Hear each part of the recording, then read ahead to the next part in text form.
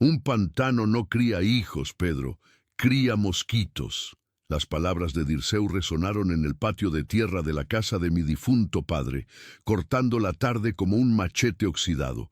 Hacía un calor sofocante, ese calor seco y castigador de México que te agrieta los labios, te hace entrecerrar los ojos y levanta remolinos de polvo con cualquier brisa. El olor a café de olla, fuertemente endulzado con piloncillo y canela, flotaba en el aire pesado, mezclándose con el aroma a leña quemada que venía de la cocina. Dirceu, parado con arrogancia junto al pilar desconchado de adobe, sostenía un vaso de tequila a medio terminar. Se reía con la boca muy abierta, mostrando los dientes, con la seguridad aplastante del que se sabe ganador en un juego en el que ni siquiera tuvo que apostar. Mi hermano mayor, Rogerio, que estaba sentado en una silla de mimbre gastada, soltó una carcajada corta y rasposa. Fue una risa de puro alivio. Él ya sabía exactamente lo que le tocaba en la repartición y, desde la absoluta comodidad de su buena suerte, podía permitirse encontrar graciosa mi desgracia. Yo los miraba en silencio, sintiendo una gota de sudor frío bajar lentamente por mi nuca. Escuchaba el sonido lejano y melancólico de unos mariachis en la cantina del pueblo.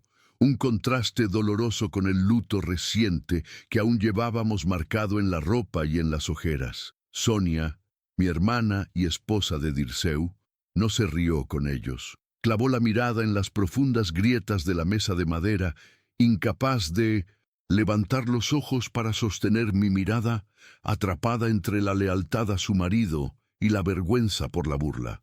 El ambiente era espeso, ahogado por esa tensión familiar acumulada de años, de palabras no dichas y envidias silenciosas que te asfixian poco a poco.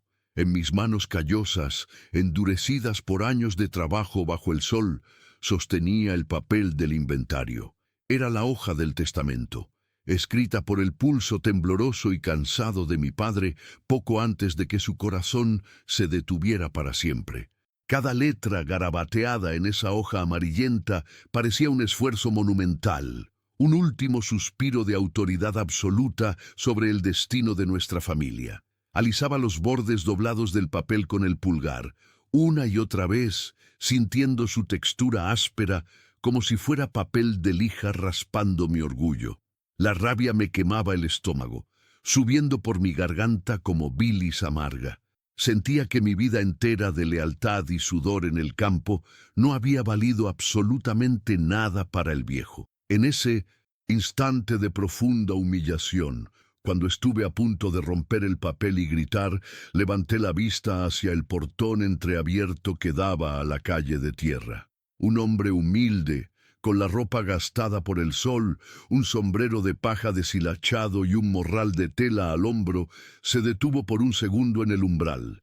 No era del pueblo, nunca lo había visto. Nuestros ojos se cruzaron de manera inesperada. Su mirada tenía una profundidad inmensa, una paz abrumadora que contrastaba violentamente con el fuego de resentimiento que me consumía por dentro. Hizo un leve movimiento con la cabeza, un gesto de compasión pura y silenciosa. La tierra más rota es por donde entra la luz, me pareció escuchar, como un susurro traído por el viento caliente. El hombre bajó la mirada con humildad y siguió su camino sin hacer ruido. Sentí un escalofrío extraño recorrer mi espalda, un fugaz destello de consuelo que me hizo apretar el papel, ya no con furia destructiva, sino con una extraña e inexplicable determinación. Doblé la hoja despacio, ignorando las burlas que seguían sonando en el patio, y la guardé en lo más profundo del bolsillo de mi pantalón de mezclilla. La voluntad de mi padre era clara y estaba escrita en partes iguales de 28 hectáreas para cada hijo, pero escondía una injusticia brutal en la naturaleza misma de la tierra.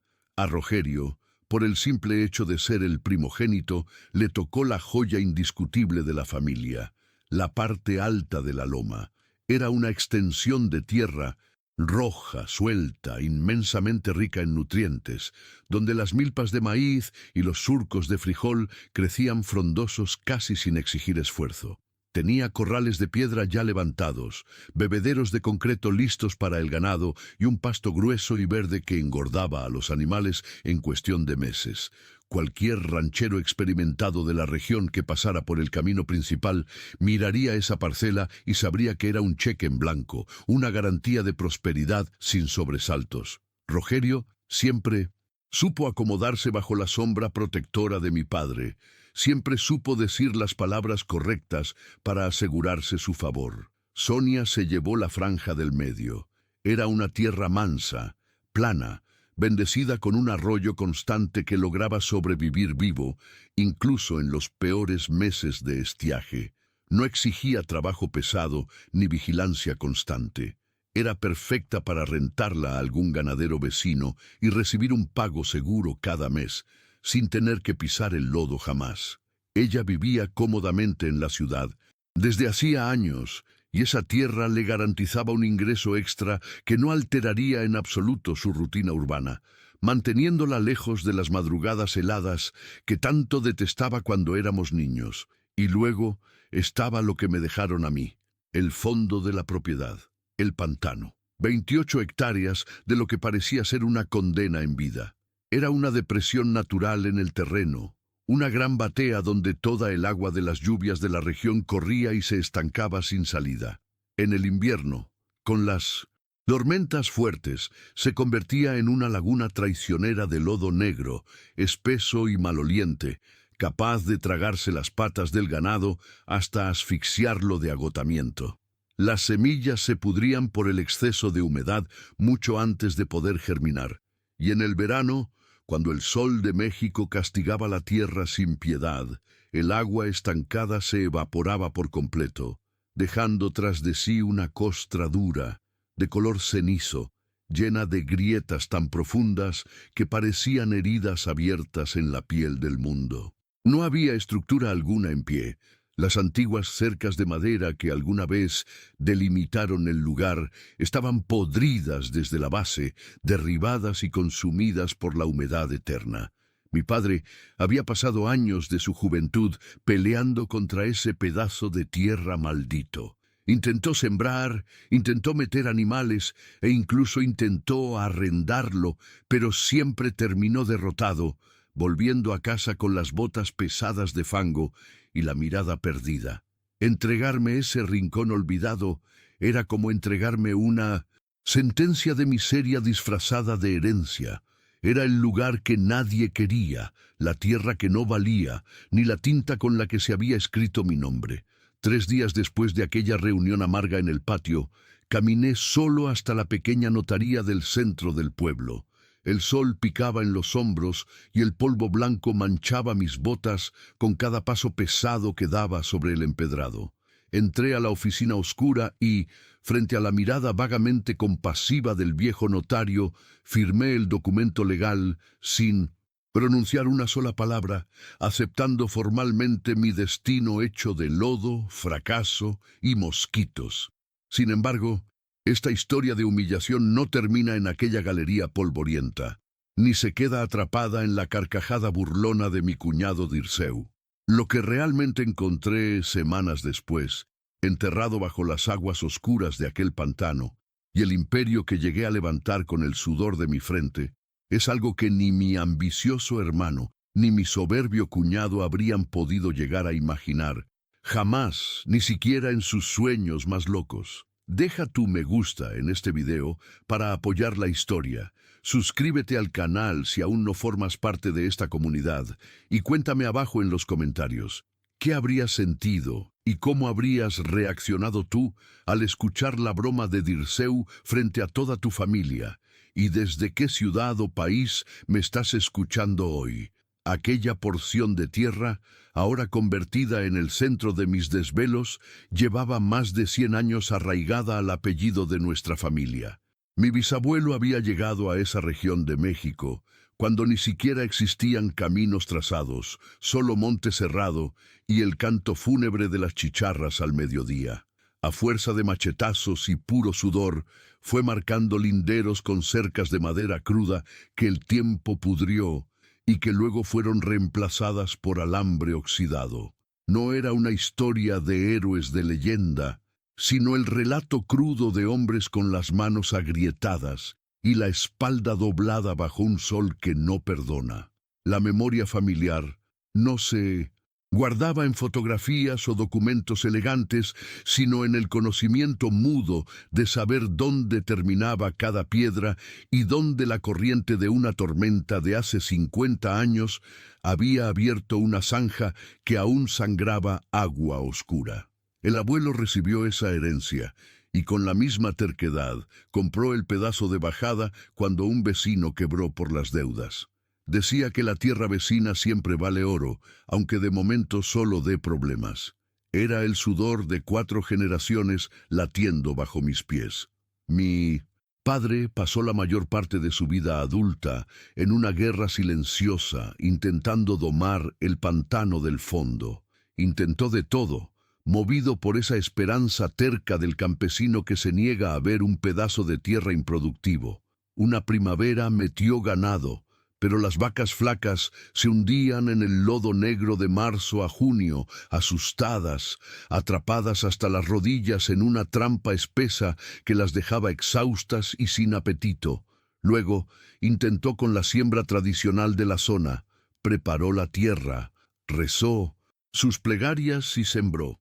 Pero la humedad traicionera llegaba siempre en los meses equivocados, pudriendo las semillas desde adentro y arruinando por completo la ventana de siembra antes de que asomara el primer brote verde. Finalmente, en un último intento desesperado, se lo arrendó a un vecino atrevido que quería experimentar con nuevos cultivos. El hombre aguantó apenas un año. Devolvió el candado de la tranquera sin dar mayores explicaciones, diciendo simplemente que esa tierra maldita le robaba la paz y no compensaba ni el sudor derramado ni el dinero invertido en ella. Cuando el vecino se fue, mi padre no maldijo al cielo ni abandonó el pantano con arranques de furia. Lo dejó a su suerte con esa resignación tranquila y dolorosa de los hombres de campo que aprenden a dejar de pelear contra lo que no cede. Dejó que la maleza creciera alta e indomable, que los juncos tomaran el control del agua estancada y que la cerca se fuera cayendo a pedazos, pudriéndose tramo por tramo sin que nadie se molestara en cambiar un solo poste. Por casi 20 años, el brejo quedó allí, encostado, convertido en ese rincón oscuro de la propiedad que toda la familia sabía que existía, pero del que nadie hablaba, como una vergüenza silenciosa. Sin embargo, en medio de todas las crisis económicas, mi padre nunca lo puso a la venta. Cuando el dinero faltaba y las deudas apretaban el cuello, vendió un lote que teníamos cerca del centro del pueblo. Vendió un tractor viejo que usábamos para arar, e incluso malbarató becerros antes de tiempo en los años de sequía. Pero el pantano, contra toda lógica financiera y humana, siempre se quedó con nosotros, intocable y misterioso. Ese misterio me acompañó en silencio, y hay una tarde en particular que se me quedó grabada en la memoria como una cicatriz. Yo tendría unos 15 o 16 años, y el trabajo del día nos había dejado con los músculos ardiendo y la ropa manchada de salitre. Los dos caminábamos lentamente por la orilla del pantano, justo cuando caía el atardecer, en ese momento mágico donde la luz se vuelve de un dorado cobrizo y el calor implacable de México empieza, por fin, a ceder ante la brisa fresca de la sierra. Mi padre caminaba pensativo, arrastrando un poco las botas, hasta que se detuvo de golpe sin avisar. Se agachó con dificultad, metió la mano desnuda en la orilla cenagosa y sacó un puñado de aquel barro oscuro y frío. Se quedó allí, en cuclillas, amasando la tierra lentamente entre sus dedos ásperos, con la mirada clavada en lo que sostenía en la palma de su mano. Yo me quedé paralizado a su lado, aguantando la respiración, sintiendo que el aire se volvía sagrado de repente. En su cuello brillaba, apenas asomando por la camisa desabotonada, un viejo crucifijo de madera de pino que usaba desde joven. La luz del sol moribundo arrancó un destello humilde de aquel crucifijo de madera, y en ese instante de quietud absoluta, un hombre que parecía un campesino que volvía del jornal, pasó caminando por la orilla opuesta. Nos miró desde lejos, levantó la mano en un saludo silencioso y siguió su camino, pero su presencia pareció destrabar algo en el pecho de mi padre. En ese mismo segundo, mi padre murmuró con una voz ronca que parecía salir desde el centro de la tierra: «Este fondo de aquí guarda alguna cosa». Yo me quedé esperando a que me explicara, pero el viejo no añadió una palabra más. Dejó caer el trozo de lodo compacto al suelo, se sacudió los restos húmedos en el pantalón y reanudó su marcha hacia la casa. Me tomó décadas, mucho dolor y una humillación en el patio de mi casa para finalmente comprender que mi padre no estaba hablando de un potencial imaginario. Estaba hablando de algo inmenso, real y tangible que ya estaba allí esperando por mí. Volví al pantano un jueves por la mañana, cuando el rocío aún mojaba las hojas del matorral y el aire frío de la madrugada mexicana cortaba la respiración. Llevaba puestas mis viejas botas de hule y en el pecho una mezcla asfixiante de miedo y terquedad. El terreno estaba húmedo por una llovizna reciente, pero no completamente inundado, lo que me permitía caminar sin hundirme hasta las rodillas. Atravesé la vieja tranquera de madera que colgaba triste de un solo clavo oxidado y me adentré en la maleza espesa. No caminaba con la prisa del que quiere calcular cuánto dinero ha perdido, sino con la lentitud reverente de quien busca descifrar un mensaje oculto. El olor a tierra mojada, a raíces podridas y a agua estancada me llenó los pulmones. Fui observando detenidamente los desniveles, notando cómo el pasto ralo de las orillas cambiaba drásticamente hacia el centro, volviéndose oscuro, grueso y resistente. Allí, donde el agua llevaba décadas depositando sus secretos, el suelo perdía ese color rojo característico de las tierras altas de mi hermano. Era una tierra de un tono grisáceo, cenizo, pesado a la vista. El silencio del lugar solo era roto por el crujir de mis pasos en el lodo y el canto lejano de un cenzontle.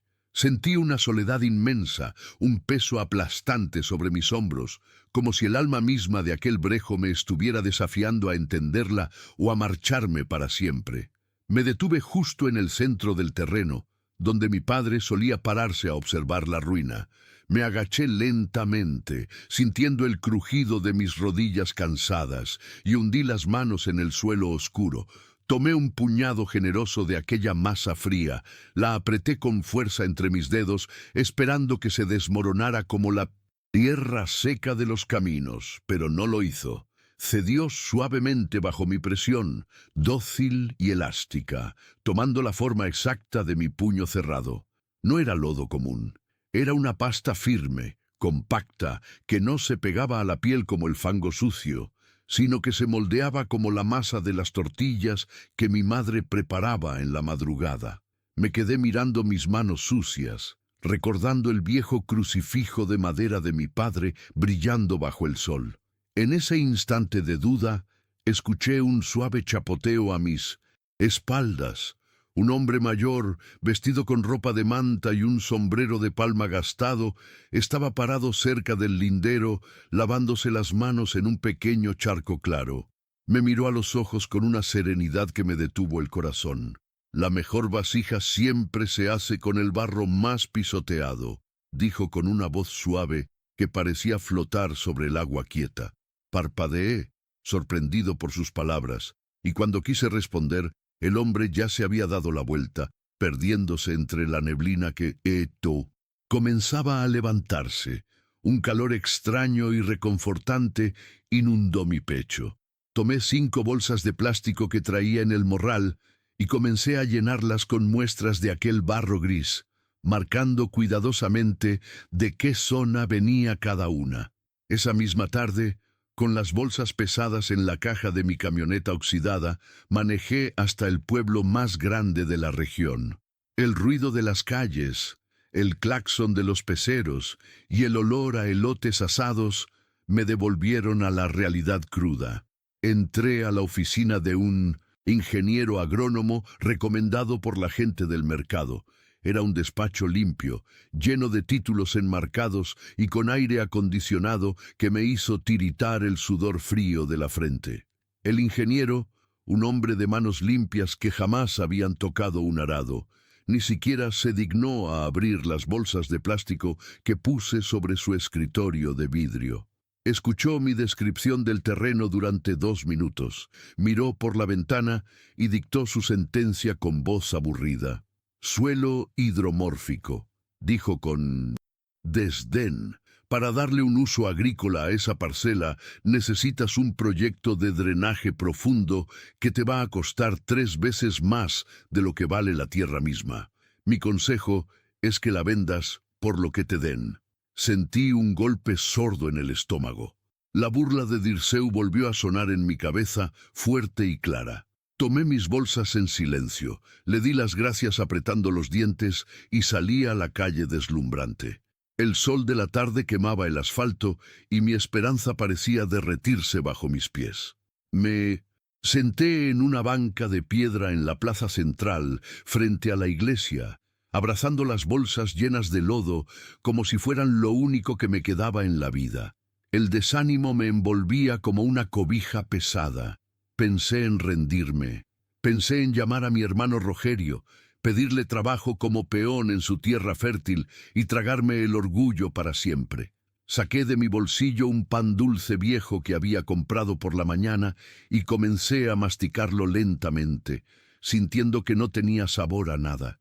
Miraba la huerta de la iglesia, buscando alguna señal, alguna respuesta que calmara la tormenta en mi pecho. Recordé la mirada compasiva de aquel extraño en el pantano y las palabras sobre la vasija de barro. Saqué el papel del inventario que aún llevaba doblado en el pantalón. Lo alisé sobre mis rodillas sucias.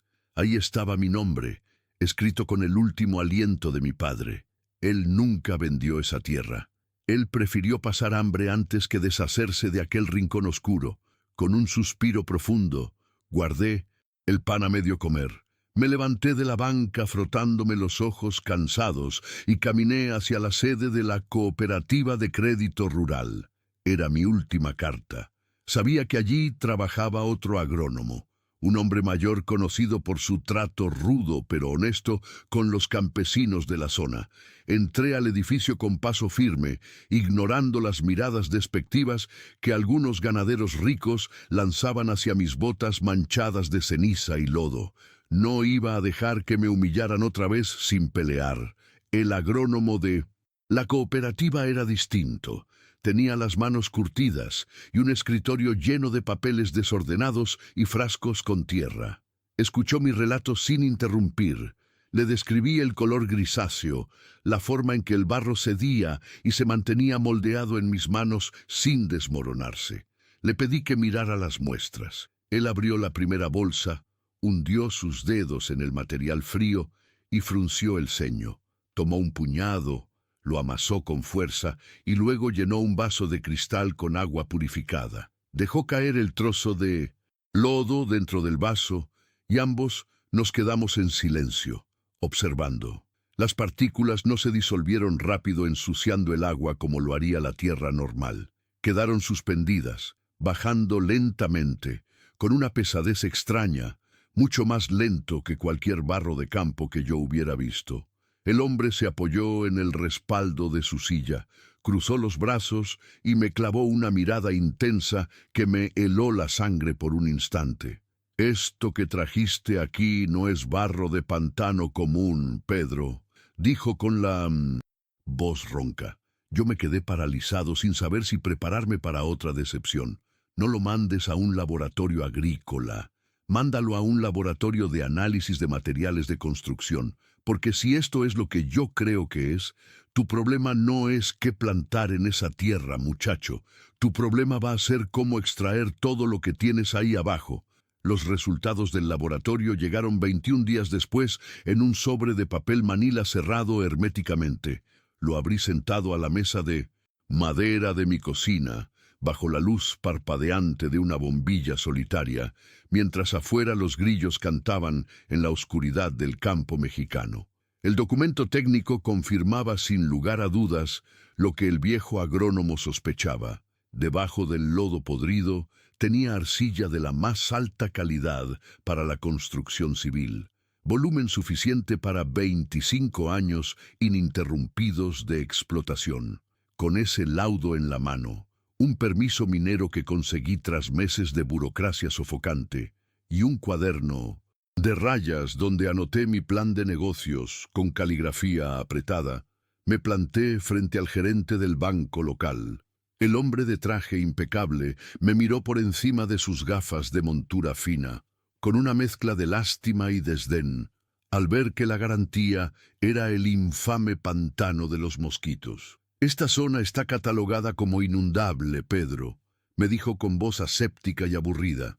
Tragué saliva, sintiendo el sudor frío empapar el cuello de mi camisa dominical, pero empujé firmemente el laudo técnico sobre su escritorio de caoba reluciente. «No vengo a pedirle dinero para sembrar maíz, señor. Vengo a pedirle crédito para construir la ciudad», respondí con una convicción que no sabía que tenía. El préstamo fue aprobado 2 agónicas semanas después, marcando el inicio formal de una transformación que me costaría sangre, sudor y lágrimas, pero que me devolvería por fin la dignidad que sentía haber perdido en el patio familiar. El galpón principal lo levantamos en la zona más alta de las 28 hectáreas, justo donde el nivel del agua en invierno no lograba trepar. Fueron semanas de trabajo brutal bajo un sol inclemente que derretía el asfalto de la carretera y nos ampollaba las manos hasta dejarlas en carne viva. Contraté a 2 peones del pueblo, hombres curtidos por el hambre y la necesidad, y juntos mezclamos cemento pesado, alzamos vigas de acero y colocamos metros de techos de lámina. Había una ironía dolorosa en el hecho de que tuvimos que comprar ladrillos de otra fábrica lejana para poder construir nuestro propio horno de cocción y levantar las paredes de nuestra ladrillera.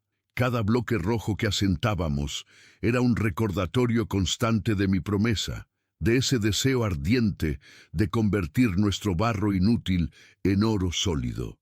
El olor a soldadura quemada y a tierra removida se volvió nuestro perfume diario, mientras comíamos tacos de frijoles con salsa verde sentados sobre botes de pintura vacíos al mediodía, compartiendo el cansancio y la sal del sudor. Yo pasaba mis noches enteras durmiendo sobre un catre plegable en una esquina fría de la construcción, vigilando la maquinaria que iba llegando a cuentagotas, la extrusora enorme que parecía una bestia dormida y los estantes de madera para el secado. No había tiempo para el descanso ni espacio para la duda.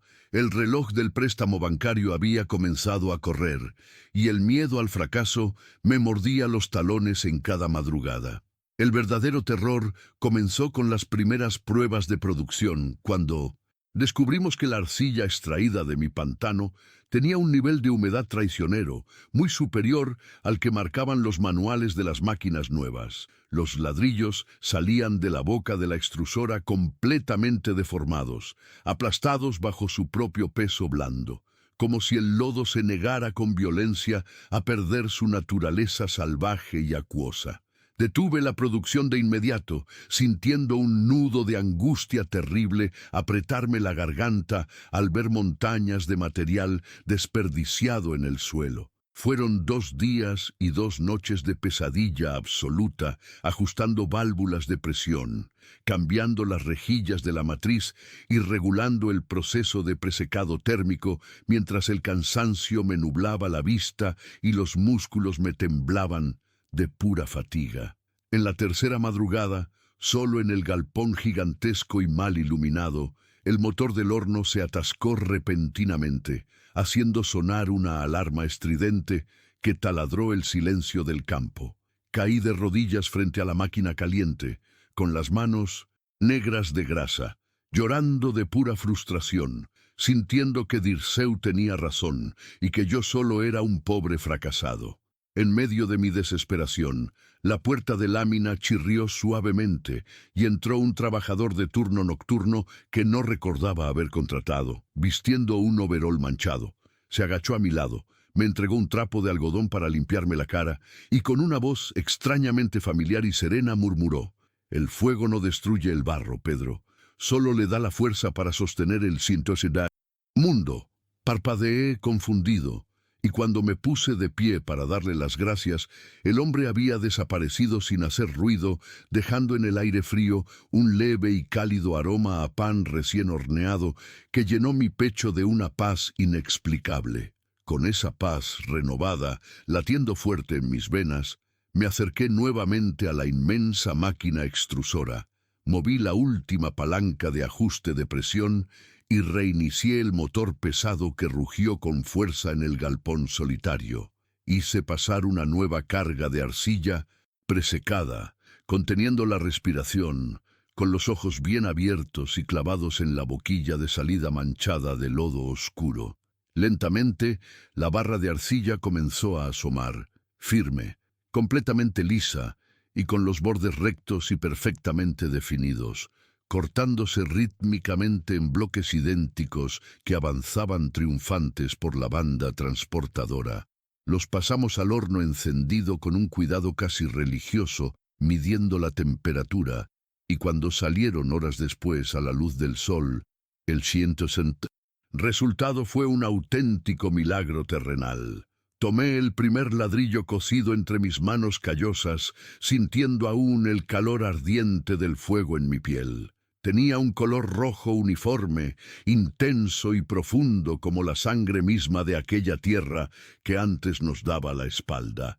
Lo golpeé suavemente con los nudillos de la mano derecha y el eco que me devolvió fue un sonido metálico, sólido y perfecto, la nota musical más hermosa y esperada que había escuchado en toda mi vida. Abracé ese ladrillo contra mi pecho con fuerza, manchando mi camisa de polvo rojizo, y elevé la mirada hacia el techo de lámina, agradeciendo en silencio a mi padre y a ese misterioso hombre de la madrugada. Ese primer bloque inquebrantable se convirtió en mi amuleto sagrado, el símbolo físico de mi redención, y lo coloqué cuidadosamente sobre una repisa improvisada en la oficina, para que cada mañana recordara de dónde veníamos y cuánto nos había costado el respeto. Los primeros meses fueron una batalla cuesta arriba agotadora, una sucesión de días interminables donde los problemas mecánicos estallaban cada viernes por la tarde y debían estar solucionados para el lunes a primera hora. Pero comenzamos a vender nuestro producto de forma constante. El primer contrato importante lo firmamos con una pequeña constructora local de nuestro municipio, que buscaba desesperadamente un proveedor honesto que entregara los materiales en la fecha prometida, sin excusas. Nosotros cumplimos cada plazo al milímetro, cargando los camiones pesados bajo la lluvia torrencial o en el calor asfixiante del mediodía, sin quejarnos jamás. Esa constructora nos recomendó con gran entusiasmo a otra empresa de la región, y esa segunda nos trajo a una tercera, generando una sólida cadena de confianza. En menos de 2 años, pasé de ser el dueño humillado de un charco inútil a dar empleo formal y directo a 11 jefes de familia de mi propia comunidad. Cada quincena veía el impacto real y transformador de nuestro esfuerzo cuando pagaba los salarios completos en sobres amarillos. Veía a mis trabajadores comprando zapatos nuevos en la plaza para sus hijos, llevando pan dulce y carne a sus mesas. El pantano, aquel lugar sombrío y despreciado que solo servía para criar mosquitos y alimentar las bromas crueles de mi cuñado, se había transformado en el corazón palpitante del pueblo, un manantial de dignidad que alimentaba la esperanza de quienes solo pedían una oportunidad.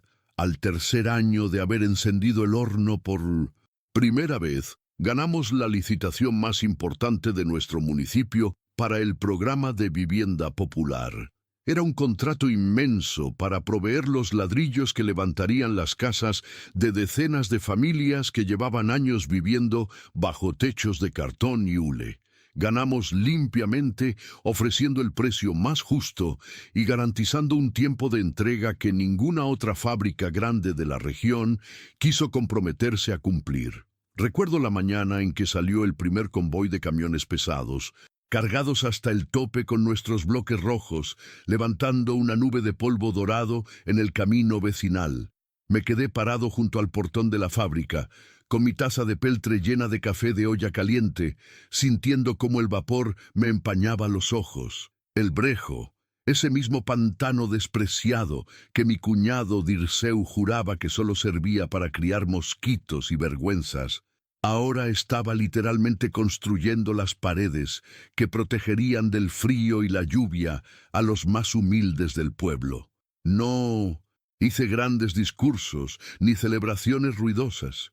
Simplemente me quité el sombrero viejo, miré al cielo despejado y dejé escapar un suspiro profundo, sabiendo que mi padre finalmente estaba descansando en paz. La vida en la ladrillera adoptó un ritmo constante, un latido de trabajo pesado que le devolvió la sangre y el movimiento a toda la comunidad. El olor a leña quemada y a tierra cocida se convirtió en el aliento de nuestro rincón de México, atrayendo a vendedores ambulantes que pasaban por las tardes ofreciendo tamales de dulce y champurrado a los obreros cansados al final del turno.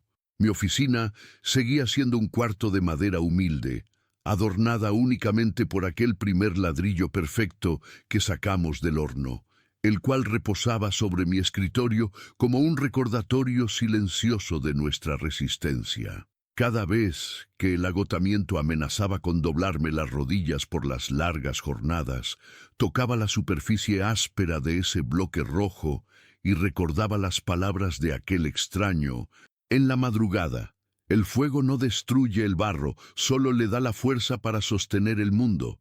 Y era verdad, porque nuestra fuerza no solo levantaba casas de interés social, sino que estaba reconstruyendo la dignidad de hombres que antes bajaban la mirada por no tener que llevar de comer a sus hijos. Las risas francas y los chiflidos alegres de mis trabajadores se mezclaban con el ruido sordo de la extrusora, formando una sinfonía de esperanza real que resonaba mucho más allá de nuestros linderos de alambre.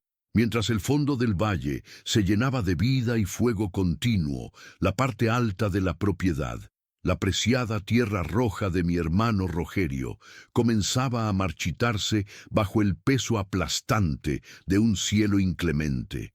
Habían sido 2 años consecutivos de cosechas completamente miserables, una combinación letal de sequías prolongadas que rajaron los pastizales y de un aumento desmedido en el precio de los fertilizantes químicos y las semillas importadas. Rogerio siempre había dependido de factores externos que jamás podría controlar: la clemencia esquiva de las lluvias de mayo, las cuotas abusivas de la cooperativa agrícola y el valor del dólar que dictaba los precios del mercado de granos. Acostumbrado a la abundancia fácil y a los años de vacas gordas, mantenía un nivel de gasto bastante elevado, manejando su camioneta último modelo por las calles empedradas del pueblo, como si la bonanza fuera eterna y asegurada.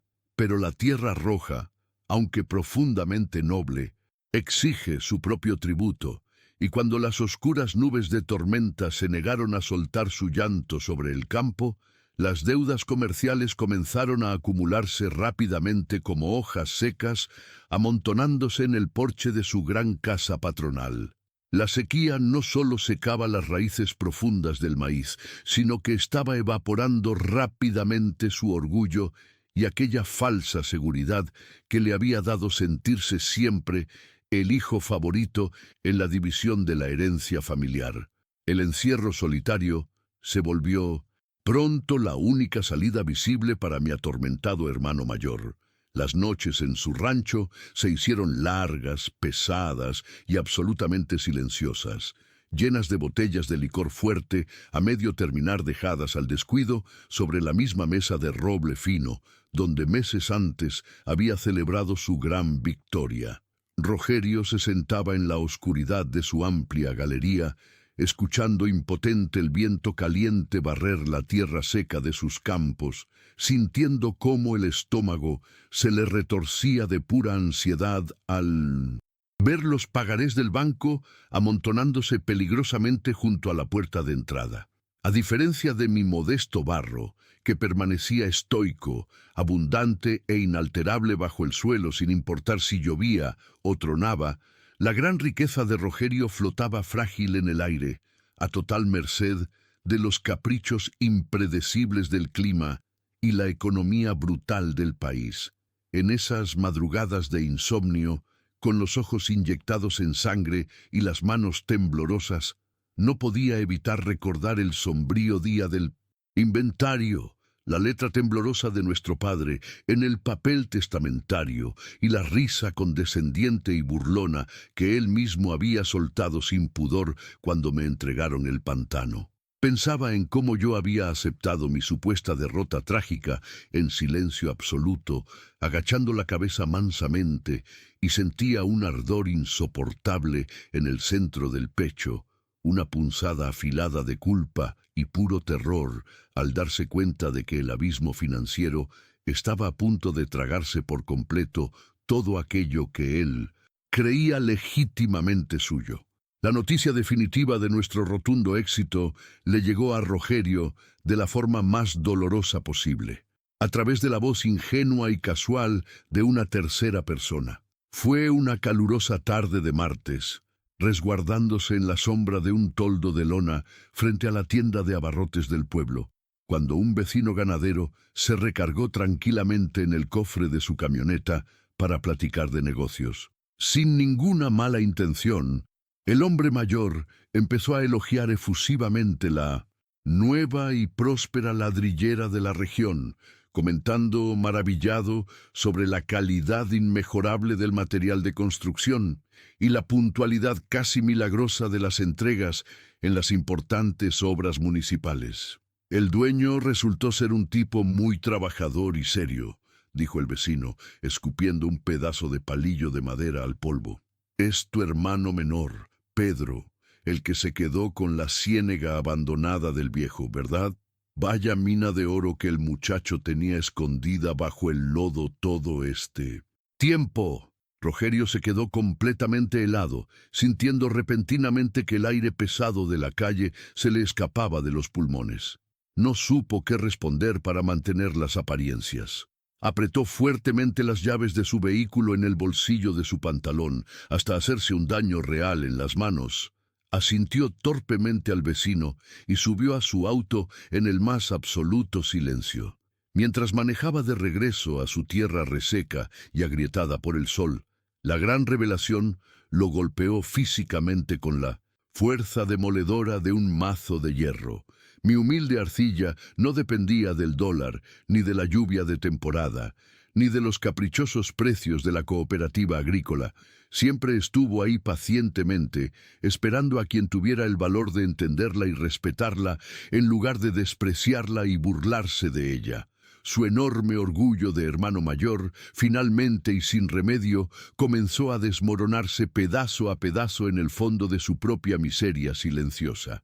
Rogerio tardó una semana entera en reunir el valor necesario para levantar el auricular del teléfono, arrastrando consigo el peso aplastante de un orgullo herido que se negaba a morir. Cuando finalmente escuché su voz al otro lado de la línea, sonaba áspera, rasposa y vacía, desprovista de toda aquella arrogancia que solía pasear por el patio de nuestra casa paterna. Era una noche de martes, y yo estaba sentado en mi pequeña oficina de madera, limpiando el polvo rojizo de mis botas, mientras escuchaba el zumbido constante de los grillos a través de la ventana abierta. «Me enteré de tu negocio, Pedro», murmuró lentamente, casi como si le doliera pronunciar cada sílaba en voz alta. Le respondí que las cosas iban bien, manteniendo un tono neutro, sin querer restregarle mi éxito en la cara, porque la sangre sigue siendo sangre a pesar de las cicatrices. Se hizo un silencio largo y espeso en la línea, un abismo donde cayeron todas las palabras no dichas a lo largo de los años. ¿Estás bien?, me preguntó, y era la primera vez en 1900 décadas que mi hermano mayor se interesaba genuinamente por mi estado. Le contesté que sí, y le devolví la pregunta con la misma calma. Fue entonces cuando se quebró, confesando que estaba en un momento terriblemente complicado, atrapado en un aprieto financiero del que no veía salida y que amenazaba con devorar la herencia que tanto había celebrado.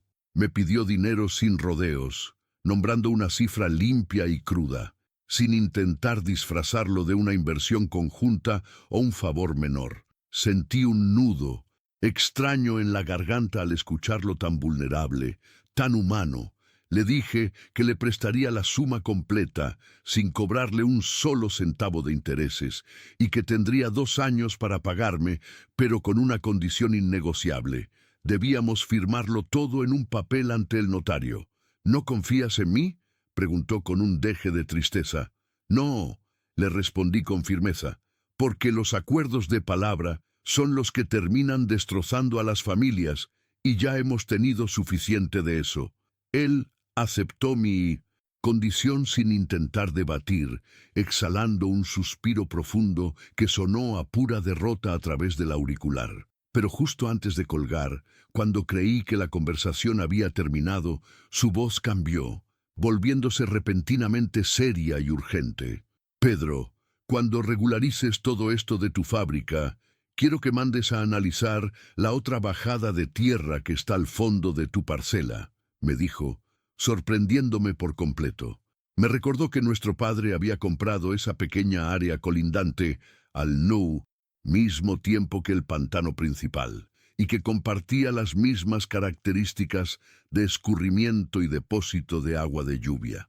Puede que no haya nada de valor ahí, pero haz los estudios antes de darla por perdida, insistió con una convicción que me desarmó el corazón por un instante.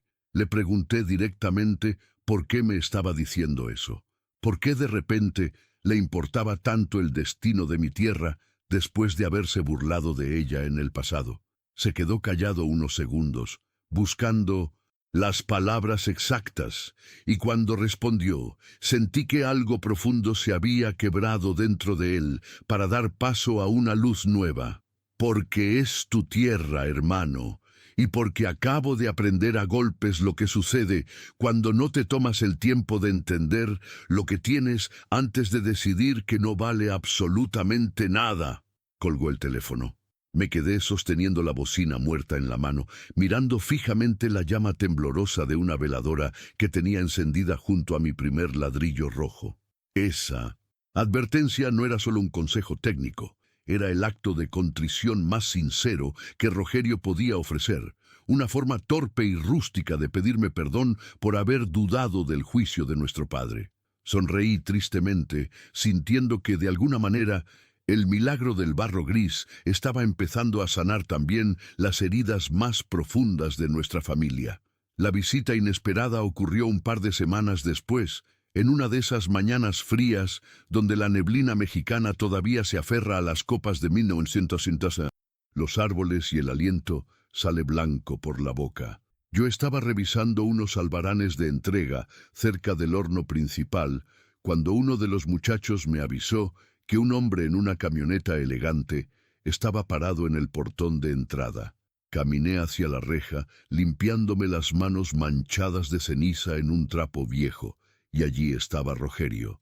Se había bajado del vehículo y permanecía inmóvil frente a la entrada principal, con ambas manos metidas en los bolsillos de su chamarra de cuero, mirando fijamente el imponente paisaje industrial que se alzaba donde antes solo había lodo, matorrales podridos y nubes densas de mosquitos. Sus ojos recorrían las enormes montañas de leña apilada, las filas interminables de ladrillos crudos secándose pacientemente bajo el sol de la mañana, y el inmenso galpón de lámina que vibraba con el latido pesado y constante de la extrusora industrial. 2 camiones de carga pesada estaban siendo llenados por mis empleados, quienes se movían con una coreografía perfecta y eficiente, subiendo palets completos de material rojo y sólido destinado a levantar las nuevas escuelas del municipio. El contraste entre la desolación que él esperaba encontrar y el imperio de trabajo vivo que tenía frente a sus ojos era tan brutal que lo dejó literalmente sin palabras. Abrí el portón metálico, que chirrió levemente sobre sus bisagras oxidadas, y le hice un gesto para que pasara, sin mediar palabra, dándole el tiempo que necesitaba para asimilar el tamaño real de su propia ceguera. Caminamos juntos hacia el interior de la fábrica, compartiendo un silencio espeso y cargado de significados, mientras el olor intenso a tierra quemada y a café recién colado nos envolvía por completo. Entramos al galpón principal y el ruido ensordecedor de la maquinaria nos obligó a hablar casi a gritos, aunque en realidad cruzamos muy pocas palabras. Rogerio caminaba lentamente a mi lado, deteniéndose a cada momento para observar con una fascinación dolorosa cómo el barro gris y húmedo entraba por la tolva de la máquina y salía convertido en bloques perfectos, lisos y uniformes, listos para enfrentar el fuego purificador del horno. ¿Cuántas piezas están sacando por día, Pedro?, me gritó al oído, mientras un obrero pasaba a nuestro lado, empujando una carretilla cargada. En promedio, unas 8.000 diarias. Le respondí con naturalidad, observando cómo su mandíbula se tensaba al instante. Vi en sus ojos cómo su mente de hombre de negocios empezaba a multiplicar rápidamente esa cantidad por el precio de mercado que yo le había mencionado semanas atrás durante nuestra llamada telefónica. El resultado de esa simple operación matemática debió golpearlo con la fuerza de un latigazo. Se acercó a la boca del horno continuo, sintiendo el calor intenso en el rostro, y me preguntó cuánto tiempo nos duraría la materia prima que teníamos enterrada.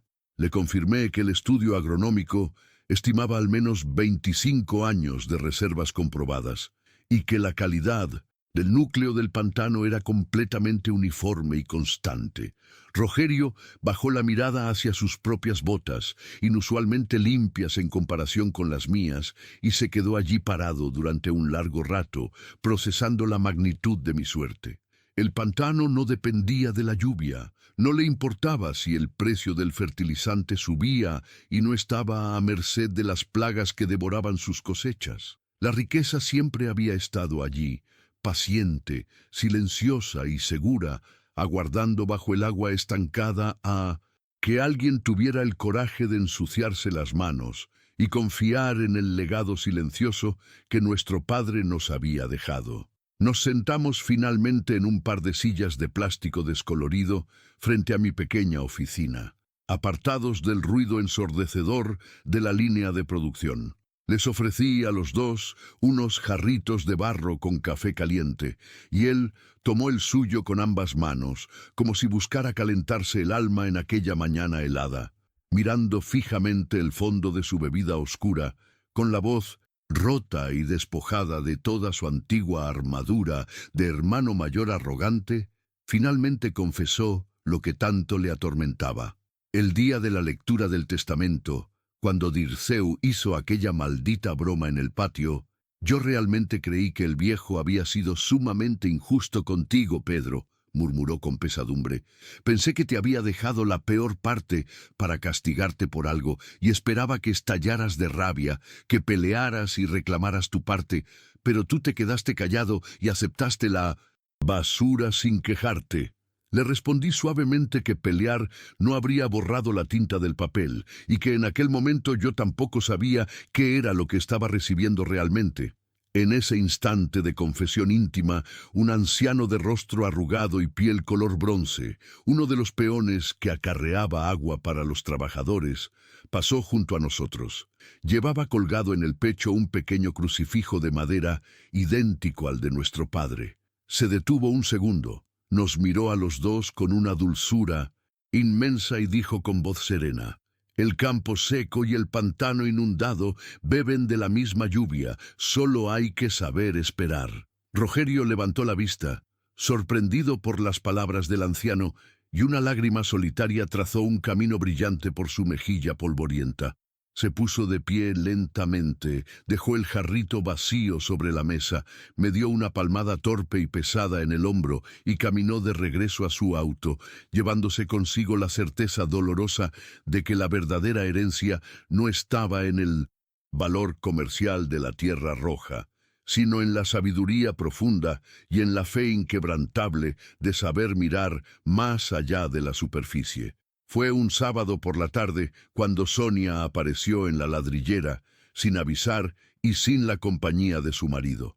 La vi desde la ventana de mi pequeña oficina, estacionando su sedán blanco cerca de las inmensas montañas de arcilla cruda que esperaban ser procesadas. Se quedó dentro del auto, con el motor apagado durante varios minutos, con las manos apretando el volante y la mirada perdida en el humo blanco que salía de la chimenea del horno principal. El sol de la tarde bañaba el valle de un tono naranja melancólico, y el aire fresco olía a tierra quemada y a la flor de cempasúchil que crecía silvestre junto al portón.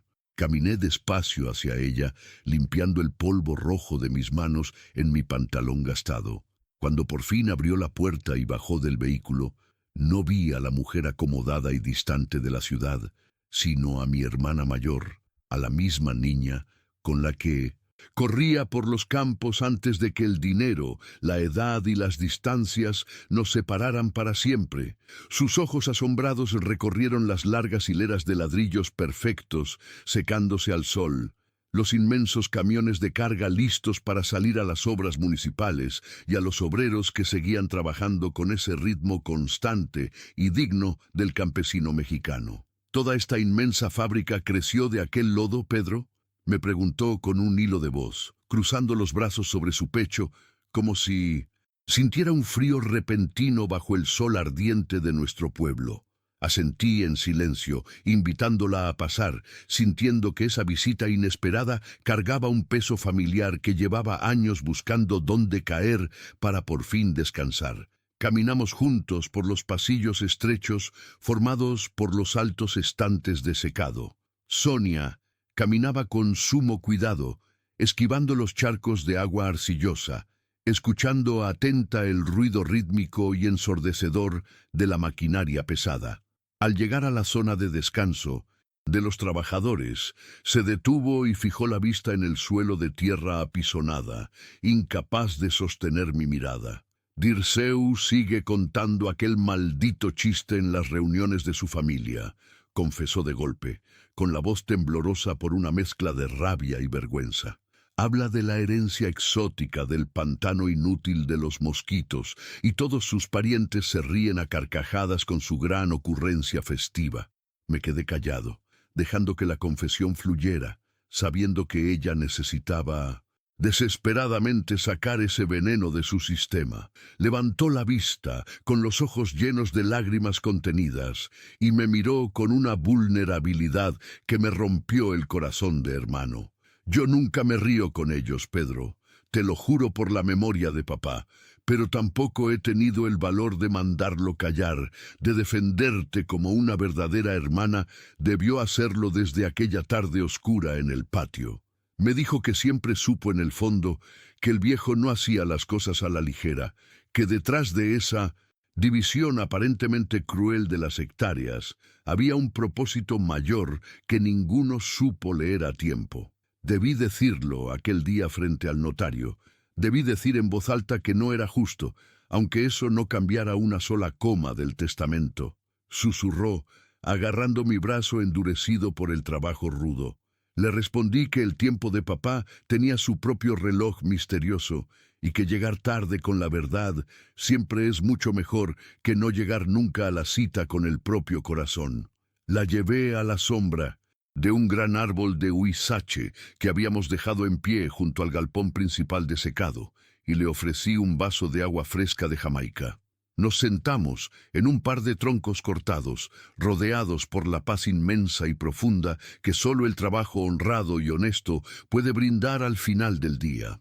Fue en ese momento de quietud compartida cuando un hombre humilde, con las ropas desgastadas y las manos completamente cubiertas del polvo rojo de los ladrillos, se acercó a nosotros sosteniendo un pan dulce recién partido por la mitad. Su rostro estaba sombreado por el ala ancha de su sombrero de paja viejo, pero su sonrisa irradiaba una calidez absoluta que parecía iluminar la tarde.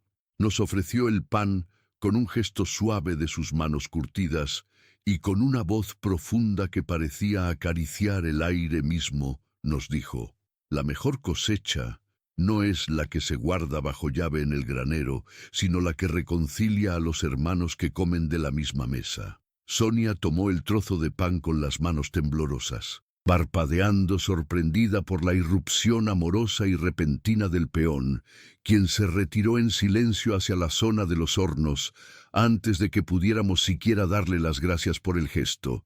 Ella le dio un pequeño mordisco al pan dulce, y vi cómo la tensión dolorosa de sus hombros finalmente desaparecía, reemplazada por un alivio genuino y sanador. «Papá sabía exactamente lo que estaba haciendo cuando te entregó este rincón a ti», murmuró con una sonrisa triste pero llena de paz.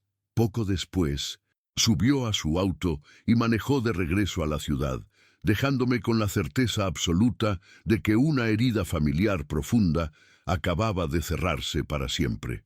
Tuvieron que pasar 30 largos días para que Dirceu finalmente se atreviera a aparecer por la fábrica de cerámicas. Llegó acompañado de mi hermana en una mañana gris que amenazaba lluvia fuerte, parando su ostentosa camioneta negra de vidrios polarizados justo frente a la vieja tranquera de madera podrida que yo había dejado colgada a cintos antes.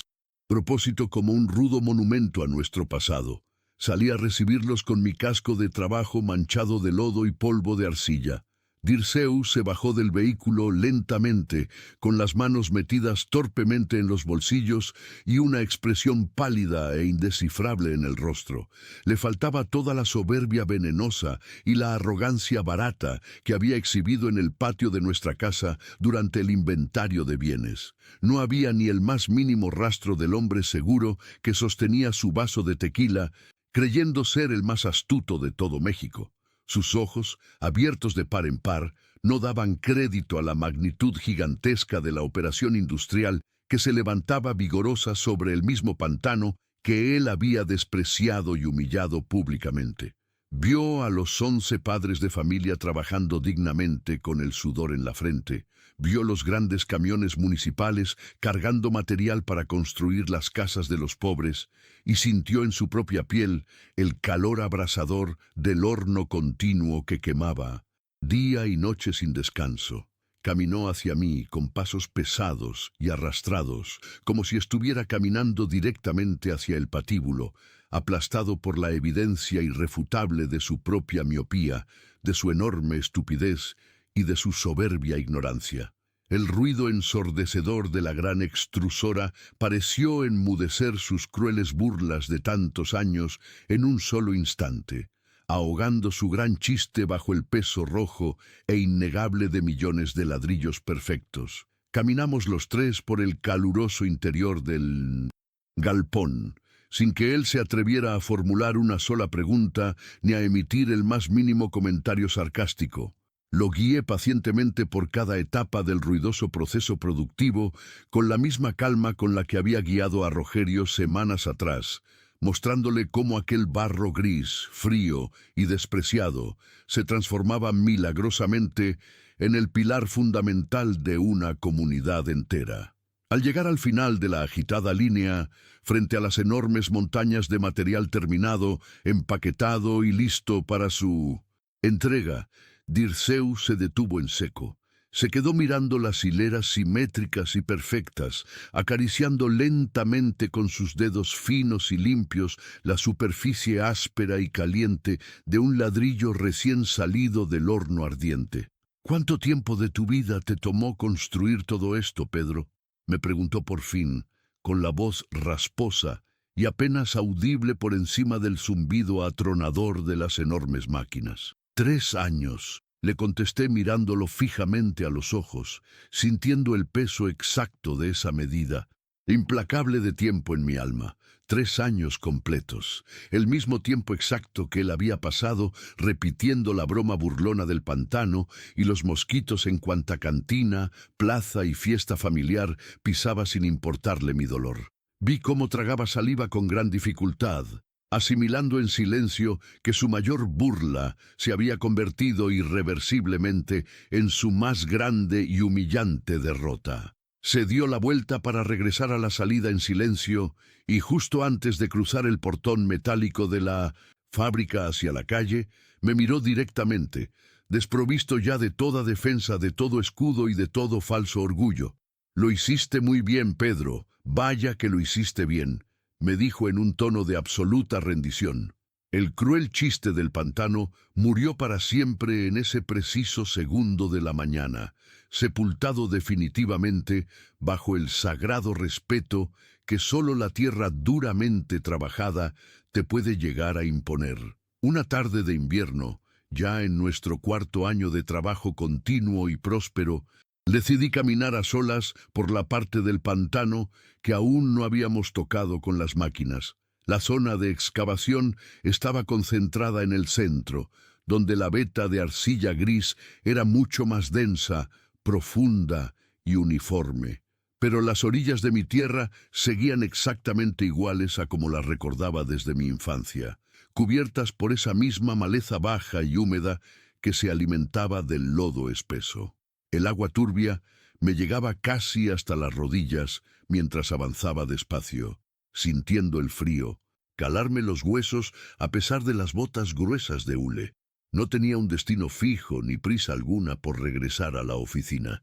Simplemente quería caminar por aquel lugar que mi padre me había heredado sin dejarme una sola explicación escrita, sin manuales ni advertencias.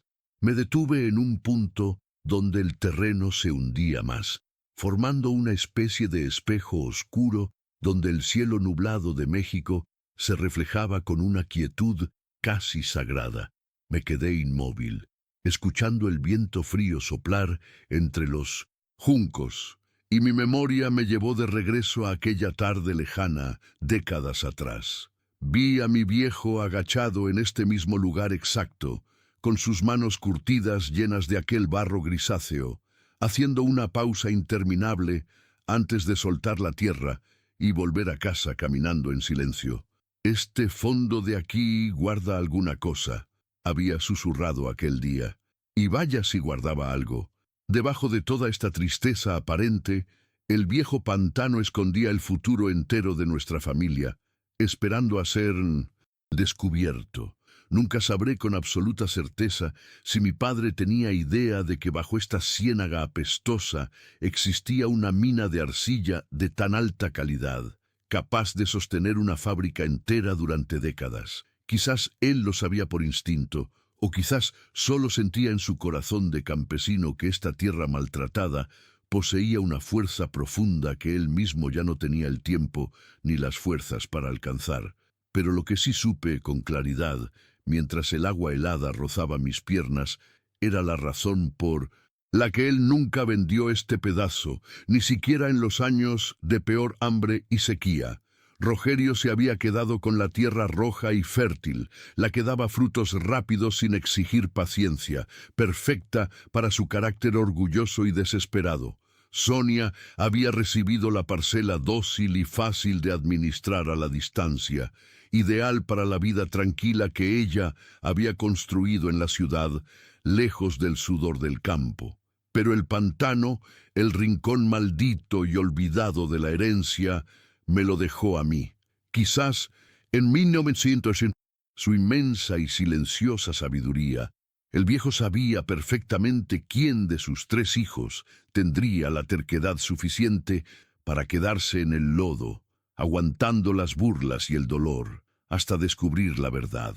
Él sabía que mis hermanos se marcharían por el camino fácil, no por maldad, sino por su propia naturaleza, y que yo sería el único dispuesto a ensuciarse las manos hasta encontrar el tesoro escondido.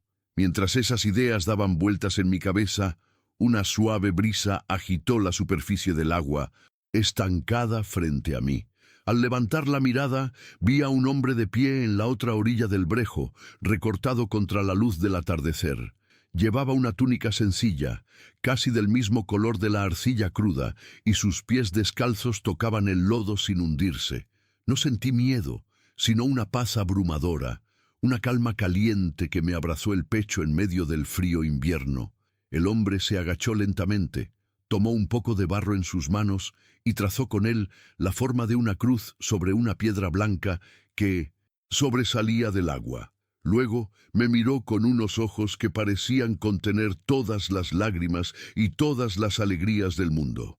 Bienaventurados los que construyen sobre lo que el mundo desecha, porque de ellos serán los cimientos de la nueva tierra. Escuché en mi corazón, más claro que si alguien me lo hubiera gritado al oído. Parpadeé, y cuando volví a enfocar la vista, el hombre ya no estaba allí. Solo quedaba la piedra blanca con la cruz de barro fresco, un símbolo sagrado que me recordaba que la herencia más difícil de cargar es, casi siempre, la que tiene más milagros para ofrecer. Entendí entonces que Dios había estado conmigo en cada lágrima, en cada fracaso y en cada ladrillo forjado al fuego de la fe. Salí del agua lentamente, sintiendo que cada paso me acercaba más al hombre que siempre debí ser. El agua escurría de mis botas oscuras, dejando un rastro húmedo mientras me dirigía hacia el inmenso galpón de lámina que vibraba a la distancia. El horno continuo estaba encendido a su máxima capacidad, iluminando el atardecer con un resplandor naranja y cálido que parecía el corazón mismo del valle. Mis empleados seguían trabajando con orgullo, cargando el último camión de la jornada que saldría al amanecer para entregar los bloques que construirían una nueva clínica en el pueblo vecino. Teníamos debajo de nuestros pies suficiente arcilla para trabajar sin descanso durante los próximos 25 años. Era una riqueza inagotable que no dependía de la lluvia ni de los precios injustos de la cooperativa agrícola ni de las crisis económicas del país. Todo eso había estado allí siempre, capa por capa, depositado por las inundaciones de invierno durante siglos, esperando en la oscuridad mientras mi familia caminaba por encima sin entender el valor real de lo que pisaba. Yo no fui el hijo más inteligente en la división del testamento. Simplemente fui el único que se quedó mirando la tierra rota y humillada el tiempo suficiente antes de decidir que no valía nada. Mi victoria no fue de inteligencia, sino de fe, sudor y pura terquedad campesina. A veces, la vida te entrega un pantano lleno de mosquitos y problemas cuando tú esperabas un campo fértil, pero es en ese lodo oscuro donde se esconde el propósito más grande de tu historia. Si este relato ha tocado tu corazón de alguna manera, te pido que dejes tu me gusta en este video para ayudarnos a llevar esta luz a más personas que hoy sienten que su cruz es demasiado pesada. Comparte esta historia con aquel amigo o familiar que está a punto de rendirse frente a lo que parece un fracaso rotundo. Quizás solo está mirando su bendición desde el ángulo equivocado y necesita un impulso de fe. Suscríbete a este canal para que no te pierdas nuestro próximo video, donde te traeremos otra historia real de transformación, lágrimas y esperanza profunda. Ahora quiero leerte a ti, con total sinceridad. ¿Y tú qué harías en el lugar del protagonista al recibir una herencia así? Déjame tu respuesta en los comentarios. Me despido con un abrazo muy fuerte. Soy tu amigo Valentino. Nos vemos en la próxima historia.